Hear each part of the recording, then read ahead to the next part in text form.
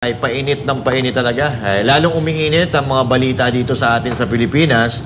Katulad na lang itong sinabi ni Kung Kun na napag-usapan na natin ito, pero sagutin natin. Sagutin natin yung sinabi ni Kung Kun sa pamamagitan ng sagot ni VP Sara Duterte. Kasi ang sabi ni Kung Kun, mga kababayan, ay kung wala daw isang tao na tinutukoy niya sa VP Sara Duterte na atat maging presidente, hindi raw mangyayari ang kaguluhan na ito. At sinagot ito ni VP Sara Duterte. At ang pahayag ng isang mambabatas laban sa kanya na sinabing siya ang ugat ng mga kaguluhan ngayon sa politika. Samantala, hindi pa sigurado ang vice presidente kung makakadalo sa pagdinig ng NBI sa December 11. Si Crislin Catarong magbabalita. The presidency of 2022 was mine already. Nanalo na ako sa surveys, lahat ng tao solid na, united na for my candidacy. Ito ang sagot ni Vice President Sara Duterte sa naging pahayag ni Zambales 1st District Representative J. Kong Hun na maiiwasan daw sana ang mga gulo sa politika kung hindi nilayo ng maaga ng Vice-Presidente na maging Pangulo. Sa isang ambush interview sa Veterans Memorial Medical Center sa Quezon City, sinabi ni VP Sara na abot kamay na niya ang 2022 presidency. Pero mas pinili niyang isang tabi ito. Kung matatandaan, mainit ang panawagan ng mga Pilipino noon na tumakbong Pangulo si Inday Sara sa 2022 elections. Siya ang napipisil ng mayorya ng mga Pinoy na maging susunod na Pangulo ng bansa base sa mga lumabas na survey. Habang kaliwat kanan din ang mga sigaw at panawagan ng iba't ibang grupo na sumabak ito sa presidential race. Kaugnay dito, inihayag ni VP Sara na hindi siya sumabak sa pagkapangulo sa halalan noong 2022 upang mag-focus sa ibang bagay. Pero I gave it away because I felt I had to do some other things other than being President of the Republic of the Philippines. Orihinal na hinangad ni VP Duterte na muling mahalal para sa pagka-alkalde ng Davao City noong 2022 bago umatras para formal na tumakbo sa pagka-vice-presidente. Ito ay sa kabila ng pagiging top o numero 1 sa mga pangunahing survey para sa pagkapangulo sa 2022 elections. Samantala, binigyang diin ni VP Sara na hindi siya ang dahilan ng lahat ng tensyon sa politika.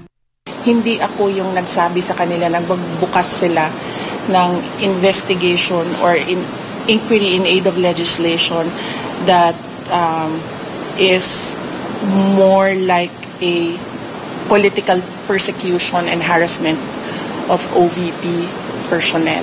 So, wag nila akong i-gaslight into saying na ako ang dahilan ng kaguluhan na ito. Ang kaguluhan na ito ay nagsimula sa terrorism nila, sa harassment nila, sa threats nila, sa mga personnel ng Office of the Vice President. Sa kabilang banda, tumangging magkomento ng Vice-Presidente kaugnay ng mga naging huling pahayag ni Pangulong Ferdinand Marcos Jr. tungkol sa kanya. Sa ibang usapin, ipinahayag ni VP Sara na hindi pa siya sigurado kung makadadalo sa investigasyon ng National Bureau of Investigation o NBI sa December 11. Sinabi ng Vice-Presidente na bukod kasi sa araw-araw na may pagbabago ng kanyang mga schedule, ay sinasaalang-alang din niya ang ipinapayo sa kanya ng mga abogado. I'll have to run my schedule day by day kasi nagbabago siya ngayon araw-araw dahil bigla na lang may nangyayari na mga bagay kaya hindi ko magawa yung schedule ko ng malayo pa. Hindi ko pa masagot kung pupunta ako sa December 11. Tsaka ang isang consideration dyan ay sinusunod ko kung ano yung mga sinasabi ng lawyers. Sa kabilang dako, ibinahagi naman ng pangalawang Pangulo na dadalo siya sa susunod na House probe kaugnay ng issue sa confidential funds ng Office of the Vice President. Nag-express yung tatlong mga resource persons from the Office of the Vice President that they really feel safer and medyo kumakalma sila kung nandiyan ako. Nabanggit din niya na nakatakdang mag-indefinite leave sa kanyang pwesto sa opisina si Attorney Zulaika Lopez, ang Chief of Staff at Undersecretary ng OVP.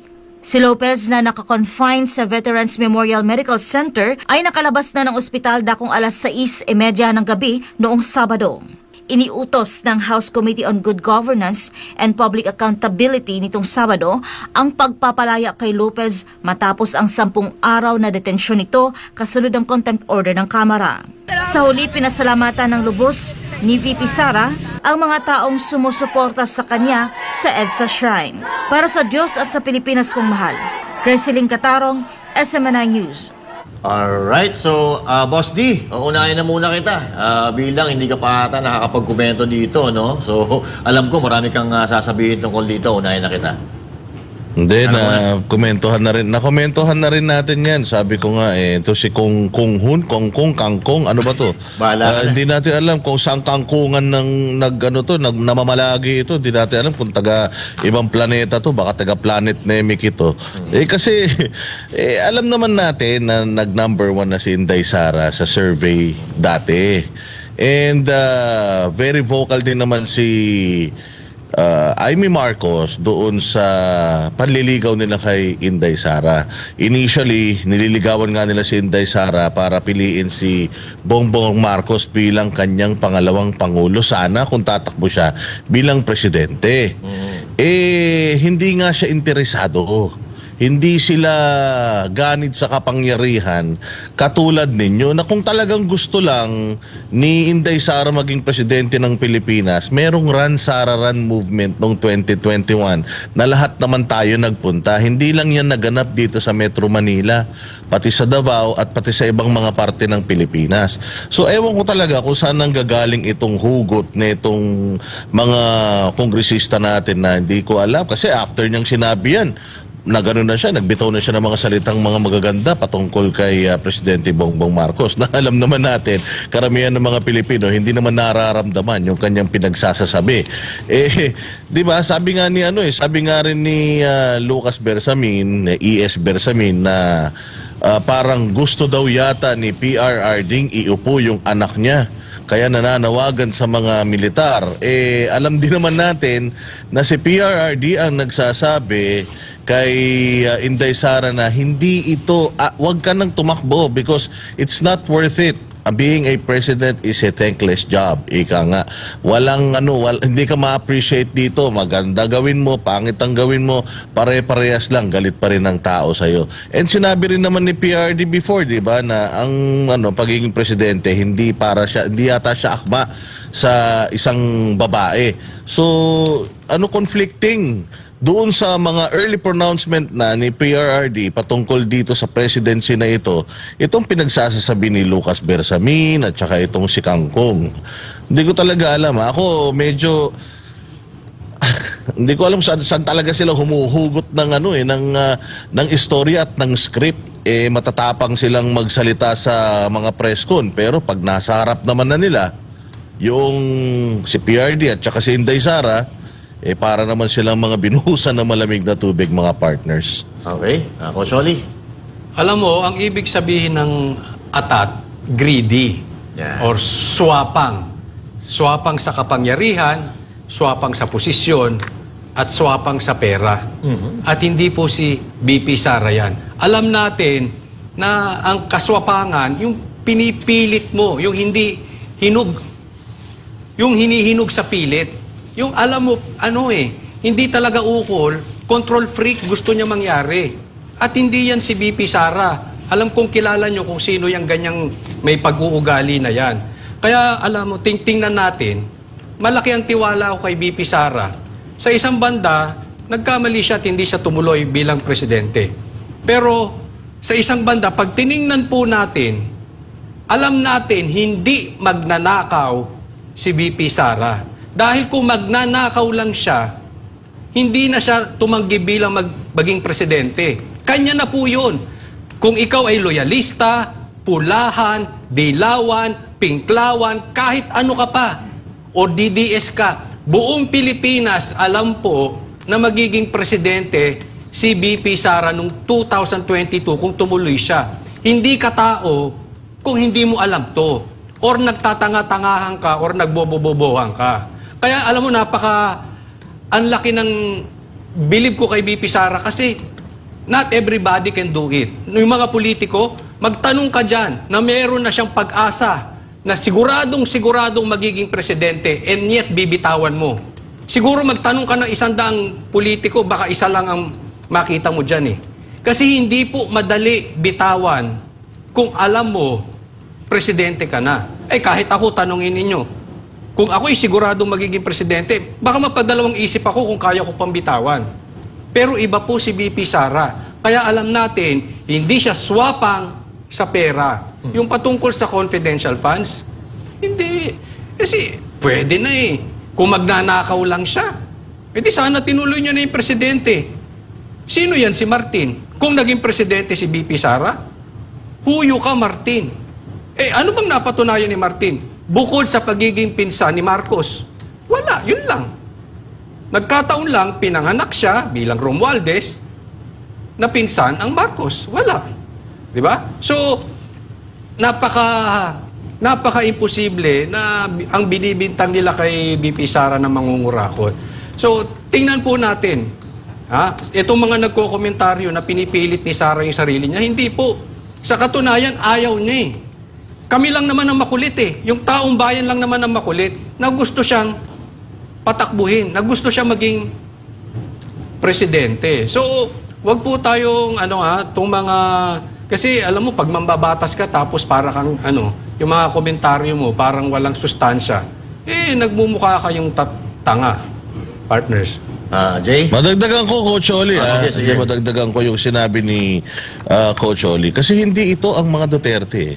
Kung matatandaan natin, si PRD nagkaroon din ng parang panliligaw sa kanya para tumakbo. Hindi nga siya nag-file ng Certificate of Candidacy dahil merong substitution noong panahon niya, noong 2016, ay nag-substitute siya doon sa late DILG, yung taga-DILG, remember? Hindi ko na matandaan yung pangalan eh. Pero nag-substitute lang siya doon, kaya siya biglang napatakbo ng presidente. And napakalakas din ang panawagan, mga bossing, sa magkapatid na Pulong at saka Bastay Duterte na tumakbo sa Senado. Pero hindi kasi ito ang brand ng politika ng mga Duterte. Hindi sila yung parang ganit sa kapangyarihan, hindi sila yung katulad ng iba na kahit ayaw naman ng tao sa kanila, pinipilit nilang makapasok sa posisyon. Kita ninyo, anong tinakbuhan ni PRD? Bagamat pumapasok si PRD sa survey ng pagkasenador, tumakbo siya bilang mayor. Si Baste, nag-slide down to vice mayor. Si Pulong, nag-stay sa Congress. Pero kayang-kaya nilang manalo. Napakalakas ng clamor ng tao na sila ay tumakbo bilang mga senador. Pero hindi nga sila ganun. Hindi sila patay gutom sa kapangyarihan, patay gutom sa posisyon, katulad ninyo na mga ayaw naman ng tao sa inyo, pero pilit ng pilit kayo sa mga sarili ninyo. Meron pa isang kongresistang babae, Zamora yata yung apelyido nung nagsasabi kay Inday Sara na, ikaw naman pala dapat yung mananalo, ba't hindi ka tumakbo? Ayun lang ang masasagot ko lang doon, kasi nga hindi siya patay gutom sa kapangyarihan katulad ninyo. Iyon? Na pinipilit ninyo yung mga sarili ninyo doon sa mga posisyon na hindi naman akma para sa inyo. Oo. Jay, ikaw na, Jay. Yung mga sinabi ni kapangalan ko pa kasi itong lokong to, Jay Kongkon. Jay Kongkon. Ganun ba mga Jay? Ewan ko din, magpabinyag ka nga ulit. Oo. Si Jay, Jay Kengkoy. Jay Kengkoy. Jay Kongkon. Alam mo, yung sinasabi niya kay VP Sara, ano niya yun? Gusto niyang sabihin kay Martin Romualdez yun. Dinaan niya lang kay VP Sara. Na yung sinabi niyang atat maging presidente, atat maging tingnan mo, hindi naman natin nakikita kay VP Sara yun eh. At nakikita natin kay Martin Romualdez yun. Tingnan nyo kung grabe kung mag-ikot sa mga bayan-bayan, di ba? So, yun. At eto ang pinakamalupit dyan. Karina, sinasabi ni Boss Dada, bakit parang silang, hindi natin maintindihan bakit galit na galit sila sa Duterte? Bakit nila nasasabi yun? Eto yun eh. Asan ba yung camera natin? Ayan yung camera po. Sino ba yung dyan? Sino ba yung pwedeng pukusan nito? Ito kasi yan. Ito yung isa sa mga nakikita kong dahilan kung bakit galit na galit yan or nasasabi nila yan sa mga Duterte. Kasi nung nakaraan, diba, pinakita ko. Natapik din kasi natin to si Kangkong eh. So, inangat ang kamay nito, diba, ni PRD. So, ngayon, iba naman. Pakita mo na yan. Mayor pa pala siya nito. Sa Sa Zambales. Sa Subic. Oo, mayor pa, naging mayor pala to nung 2019. Oo. So, isa pala to sa may rin pala to, may itinatagong madilim na Madilim na kahapon. Madilim na kahapon. Madilim na kilikili. Or malansang nakaraan sa karagatan. Wow. Pakita mo na. Oo. Eto, mapakita natin yung asan na ba? Asan na ba yung ating... Ito. Asan na? Ito. Oo. Ayun. No? Ito. Ayan, no? Kita niya yan. Pakilapit nga yan, no? Kitang-kita niya yan, no? So, ito ay nilabas ng Inquirer.net. Subic Mayor, Narcolis. Links to illegal drugs. Ayan. Yun. Alam naman natin, di ba, mga Duterte, talagang talagang sobrang sobrang maraming nagagalit sa mga Duterte, lalo na yung mga politiko na na-involve at involved pa rin hanggang ngayon sa droga. So, hindi ko naman sinasabing hindi ko sinasabing involved si Congressman Jay Cunhon. Pero dito kasi, binalita kasi na Inquirer.net to na dati palang involved yan sa ipinagbabawal na droga. Kaya naman pala, Wait lang, siyempre, bago tayo mag-break, sabihin ko lang muna din yung aking opinion dito.